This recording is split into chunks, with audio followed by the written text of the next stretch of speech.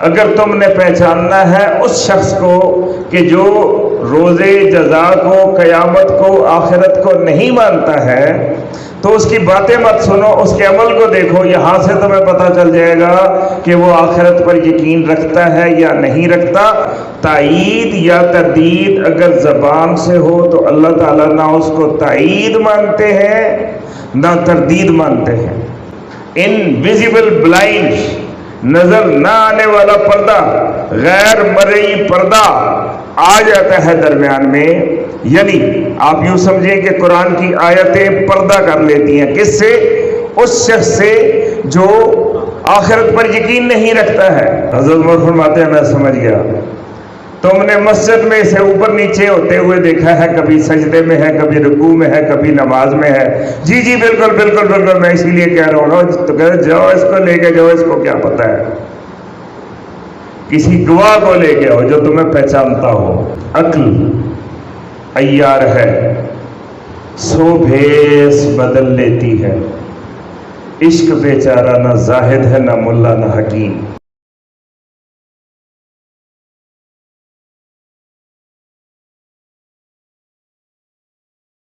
معزز حاضرین، سامعین اور ناظرین، السلام علیکم ورحمۃ اللہ وبرکاتہ۔ پروردگار عالم کے پیارے کلام قرآن مجید فرقان حمید میں سے سورہ الماعون، جس کا توقیفی اعتبار سے نمبر 107 اور ترتیب نزولی کے اعتبار سے 17 ہے، تلاوت کرنے کا شرف حاصل ہوا۔ اللہ تعالیٰ سے دعا ہے کہ وہ ہم سب کو قرآن پاک سننے، سنانے، پڑھنے، پڑھانے، سمجھنے، سمجھانے اور اس پر عمل کرنے کی توفیق عطا فرمائے۔ بہت ہی جامع اور مختصر پیغام، اور یہ اسلوب ہے ابتدائی صورتوں کا، اور یہ ہم اس لحاظ سے سب سے پہلے ان کو لے کے چلے ہیں صورتوں کو کہ اسٹیٹس کے لحاظ سے، مقام کے لحاظ سے، فضائل کے لحاظ سے اور پیغام کے لحاظ سے یہ بہت بڑی صورتیں ہیں، اگرچہ ان کے الفاظ انتہائی مختصر ہیں۔ تو ان میں سے یہ صورت جو مکی کہلاتی ہے، لیکن نفس مضمون کے اعتبار سے اس میں بعض چیزیں جو ہیں وہ مدینہ شریف سے بھی تعلق رکھتی ہیں۔ اس لیے جو ہمارے اکابر ہیں انہوں نے یہ بتایا کہ اس کی پہلی 3 آیات جو ہیں وہ مکی ہیں اور آخری 4 آیات جو ہیں وہ مدنی ہیں۔ سب سے پہلے سورہ مبارکہ کا مختصر مفہوم میں پیش کر رہا ہوں۔ ارشاد فرمایا، ارأیت الذی یکذب بالدین، کیا تو نے اس شخص کو دیکھا، اس پر غور کیا، اس کو پہچانا جو جزا و سزا کو جھٹلاتا ہے، یوم الدین کو جھٹلاتا ہے، بدلے کے دن کو جھٹلاتا ہے۔ فذلک الذی یدعو الیتیم، سو ایسا شخص وہ ہے جو یتیم کو دھکے دیتا ہے۔ ولا یحض علی طعام المسکین، اور مسکین کو کھانا کھلانے کی ترغیب نہیں دیتا۔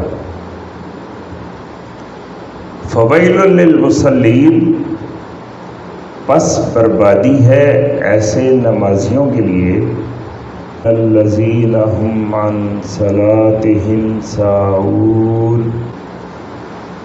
جو اپنی نمازوں میں غافل ہیں، نمازوں سے غافل ہیں۔ الذین هم یراؤون، وہ جو دکھاوا کرتے ہیں، وَيَمْنَعُونَ الْمَاعُونَ، اور چھوٹی چھوٹی چیزیں مہن معمولی اشیاء بھی مانگنے پر ایک دوسرے کو دیتے نہیں ہیں۔ یہ تو مختصر مفہوم ہو گیا۔ اب اللہ نے موقع دیا تو اس موقع سے بھرپور فائدہ اٹھاتے ہوئے ایک اللہ کے عطا کردہ حرف اور لفظ کو گلے ملتے ہوئے آگے بڑھیں گے انشاءاللہ، تاکہ اللہ نے جو فیضان قرآن پاک میں رکھا ہے اس سے ہم کما حقہ مستفید ہونے کی کوشش کر سکیں۔ اللہ تعالی ہماری اس سعی کو سعی جمیلہ بنا دے اور قبول فرمائے۔ ارشاد فرمایا ارأیت الذی یکذب بالدین، ارأیت حرف استفہام، کچھ پوچھنے کے لیے جب کوئی کہا جاتا ہے نا کیا، تو یہ حمزہ زبر آ، اس کے اندر یہ قرآن پاک کا یہ اختصار دیکھیں اور عربی زبان کی وسعت یہاں سے ملاحظہ فرمائیں۔ ارأیت، کیا تو نے دیکھا؟ اب دیکھنے کے لیے میں نے آپ سے عرض کیا تھا کہ نظرہ بھی دیکھنا، بصرہ بھی دیکھنا اور رؤیت جو ہے یہ بھی دیکھنا، لیکن جب یہ لفظ استعمال کیا جاتا ہے تو رؤیت کا مطلب ہوتا ہے بنظر غائر دیکھنا، غور سے دیکھنا، اور غور سے دیکھنے سے کیا ہوتا ہے؟ غور سے دیکھنے سے پہچان ہوتی ہے کہ میں گزر رہا تھا، اچانک میری نظروں کے سامنے کوئی گزرا، خبر نہیں کون تھا، لیکن اگر میں نے اس کو غور سے دیکھا تو پھر میں نے پہچان لیا کہ وہ تایا جان تھے یا کوئی اور ہمارے عزیز تھے یا دوست تھے یا احباب میں سے کوئی تھے۔ تو غور سے دیکھنے سے کیا ہوتا ہے؟ پہچان ہوتی ہے۔ تو اس لیے قرآن پاک میں جا بجا اکثر مقامات پہ یہ رؤیت کا لفظ جو ہے یہ پہچاننے کے معنوں میں بھی استعمال ہوتا ہے۔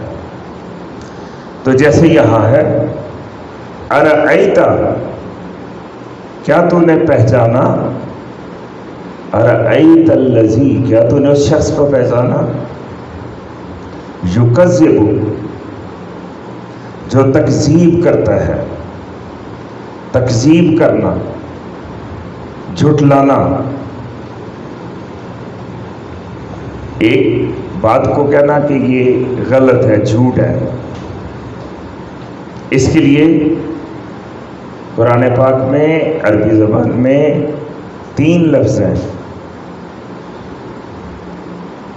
تردید، یہ بھی عربی کا لفظ ہے۔ تکذیب، یہ بھی عربی کا لفظ ہے۔ اور ابطال، باطل قرار دینا، یہ بھی عربی کا لفظ ہے۔ ان میں فرق کیا ہے کہ اگر لفظوں سے تردید کر دی کسی بات کی، زبان سے کہہ دیا کہ میں نہیں مانتا تو یہ تردید ہوگی، یا یہ واقعہ جھوٹا ہے یہ تردید ہوگی، یہ الزام جھوٹا ہے یہ تردید ہوگی، زبان سے کہنے سے تردید۔ تکذیب بھی تردید ہوتی ہے کہ میں نہیں مانتا،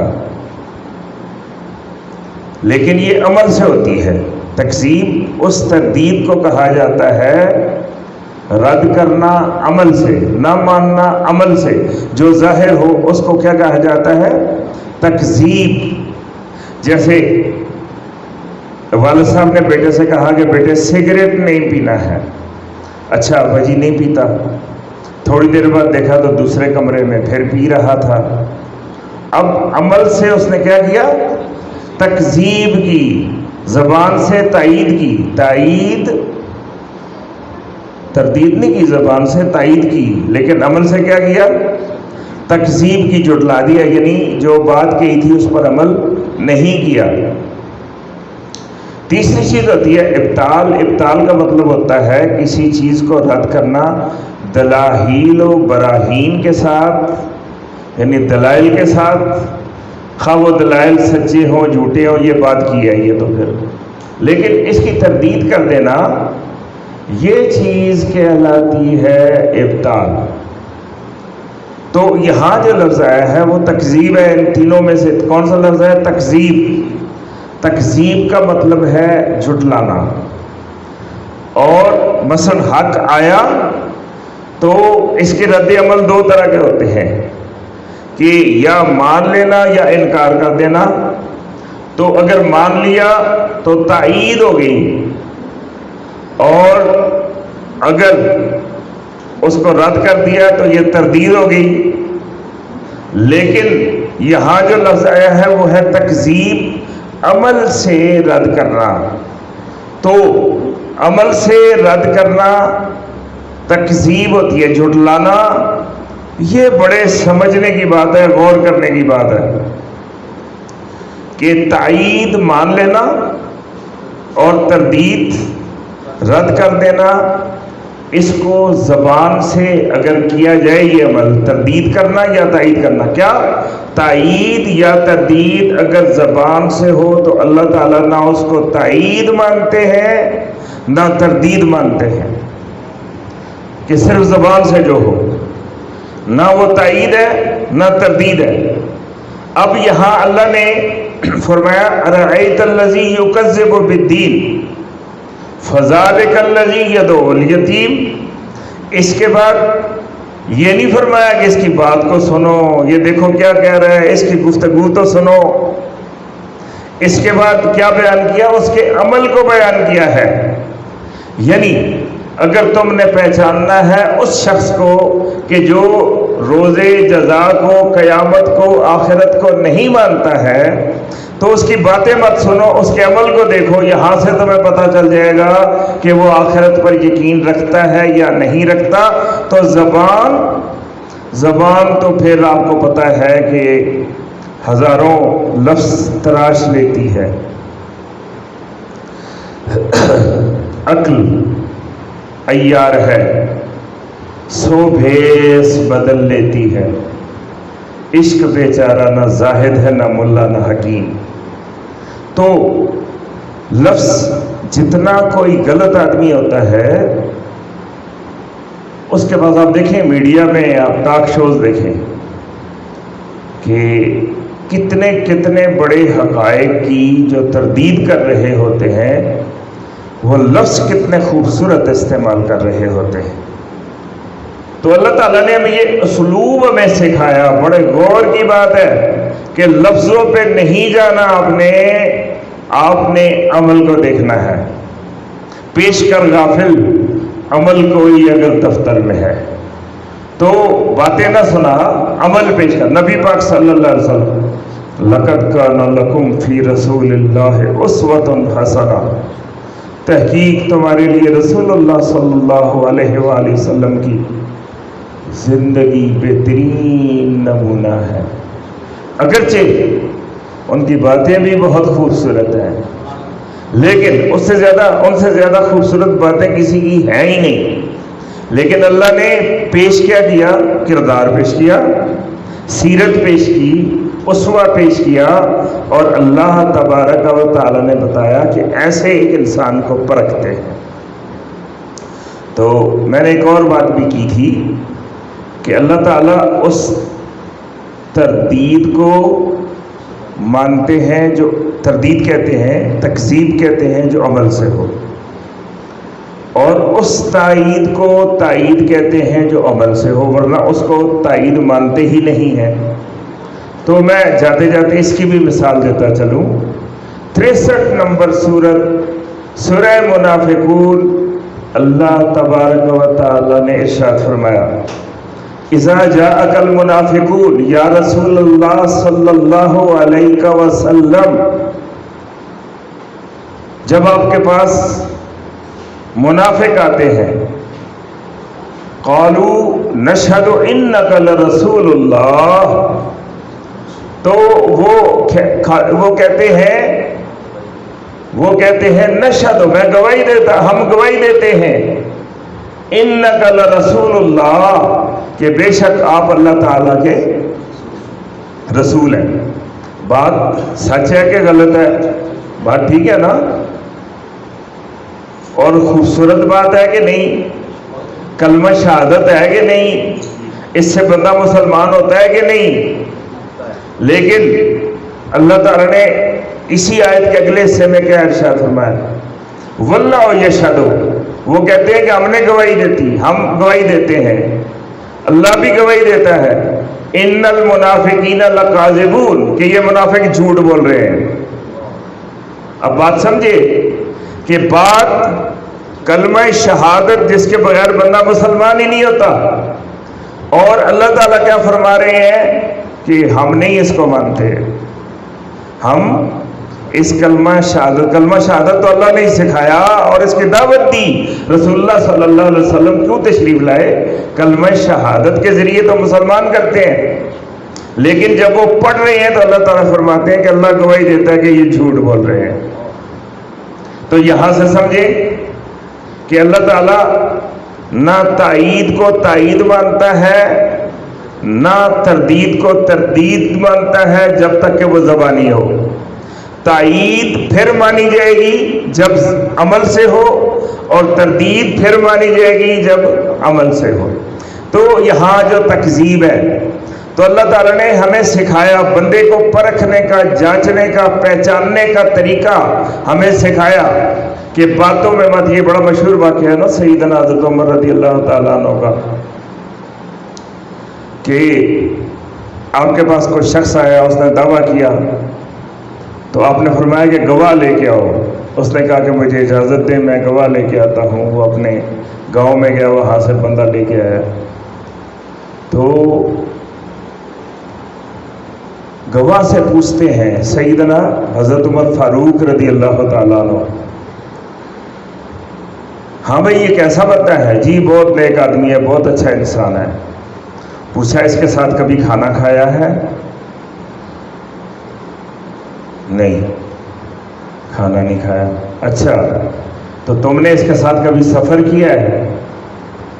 پوچھا کہ سفر میں؟ اس نے جواب دیا کہ نہیں، یہ امیر المومنین، میں نے اس کے ساتھ سفر بھی نہیں کیا۔ اچھا، تو پھر تم نے اس کے ساتھ کبھی مالی طور پہ لین دین کیا ہوگا؟ نہیں حضور، ایسا بھی کبھی نہیں ہوا۔ تو میں سمجھ گیا، حضرت عمر فرماتے ہیں میں سمجھ گیا، تم نے مسجد میں اسے اوپر نیچے ہوتے ہوئے دیکھا ہے، کبھی سجدے میں ہے، کبھی رکوع میں ہے، کبھی نماز میں ہے۔ جی جی بالکل بالکل بالکل، میں اسی لیے کہہ رہا ہوں نا۔ تو کہتے جاؤ اس کو لے کے جاؤ، اس کو کیا پتہ ہے، کسی گواہ کو لے کے آؤ جو تمہیں پہچانتا ہو۔ رد کر دیا، اپنے گواہی کا رد کر دی۔ آپ سمجھ رہے ہیں کہ سیدنا حضرت عمر رضی اللہ تعالیٰ عنہ سکھا رہے ہیں کہ ایک ذاتی عمل، ذاتی عبادت جو ہے، یہ کوئی ثبوت نہیں ہے جب تک وہ اپنے اعمال سے، پبلک ڈیلنگ سے، باہمی معاملات سے ثابت نہ کرے کہ وہ بندہ کیسا ہے۔ جیسے ہمارے پنجابی میں کہتے ہیں نا، یہ راہ پہ آ جانے یا واہ پہ آ جانے۔ تو ان میں بڑی گہرائی ہوتی ہے، جو کہاوتیں ہوتی ہیں نا، ان کے اندر بڑا سبق ہوتا ہے ہمارے اسلاف کا، بڑی جو ان کی فکر ہے اس کا نچوڑ ہوتا ہے ان کے اندر۔ فرمایا ارائیت الذی یکذب، کیا تو نے اس شخص کو پہچان لیا جو تکذیب کرتا ہے، بالدین، دین کی، دین لائف سٹائل کو بھی کہتے ہیں، دین قیامت کو بھی کہتے ہیں، دین جزا و سزا کو بھی کہتے ہیں۔ یہ ایک اتنا بڑا موضوع ہے کہ اگر اس کو پھیلایا جائے تو پھر ہم اپنے موضوع تک نہیں پہنچ سکیں گے، لیکن اختصار کے ساتھ رضا و جزا کو جھٹلانے سے کیا ہوتا ہے؟